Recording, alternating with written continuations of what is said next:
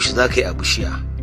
In ka samu reshe mai kyau ka saro, sai ka yanka shi gida biyu, sai ka auna tsayinsa santimita 27, sai ka auna santimita 1 ka yanke shi ka ɓare shi.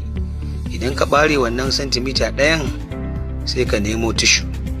Idan ka nemo tishu, sai ka lankwasa wannan tishu ɗin naka. Idan ka lankwasa shi, sai ka naɗa shi a tsakiyar wannan sandar da ka ɓare. Sai ka nemo robar ruwa, sai ka zuba ruwa mai kyau na sha, sai ka ɗauki wannan sandar ka zura ta a ciki. Inda ka ɓare ya zama shine ya shiga cikin ruwan, sai ka nemo leda a fara ko baka, sai ka sa ta a saman wannan abun. Hikimar shine kan wannan wajen ya bushe, ruwansa ya fita. Sai ka zo ka ajiye shi a waje mai sanyi da hasken rana da inuwa. Bayan kwana 10 za ga wannan abun ya fara jijiya.